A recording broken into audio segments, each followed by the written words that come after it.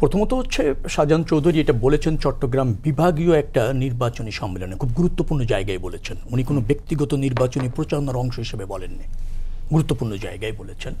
এবং ওখানে বিভাগীয় জামাতে ইসলামের যারা দায়িত্বপ্রাপ্ত এবং কেন্দ্রীয় নেতারা ছিলেন তাদের উপস্থিতিতে উনি বলেছেন।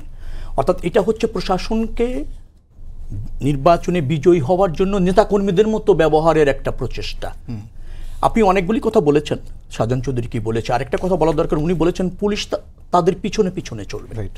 হ্যাঁ, যা বলি তাই করতে হবে পুলিশকে, এইভাবে নিয়ন্ত্রণ নিতে হবে। এটা নির্বাচনী ধরেন এক ধরনের কর্তৃত্ব প্রতিষ্ঠা অপচেষ্টা, অথবা ধরেন এটা একটা মানে যেটাকে আমি বলতে চাই যে একটা সুস্থ গ্রহণযোগ্য নির্বাচনের যে পরিবেশ তার জন্য অন্তরায় এবং আধিপত্য প্রতিষ্ঠার জন্য একটা রাজনৈতিক দল হিসেবে নির্বাচনের আগে তার যে মনোযোগ রয়েছে এবং সেই জায়গাগুলিতে তাদের নিয়ন্ত্রণ করার যে চেষ্টা রয়েছে তার বহিঃপ্রকাশ।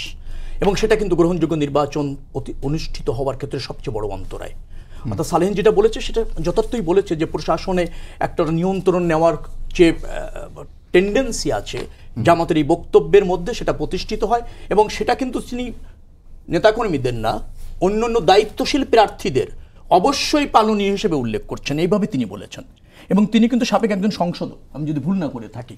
অর্থাৎ তার মধ্যে নির্বাচনী বিজয়ী হওয়ার জন্য যে টেন্ডেন্সিটা, হস্তক্ষেপের যে টেন্ডেন্সি, অথবা ধরেন অস্বচ্ছ প্রক্রিয়া অথবা কর্তৃত্ববাদ প্রতিষ্ঠার যে চেষ্টা, সেটা কিন্তু খুব মানে সতর্ক হওয়ার দাবি রাখে, সবাইকে কনসার্ন হওয়ার দাবি রাখে।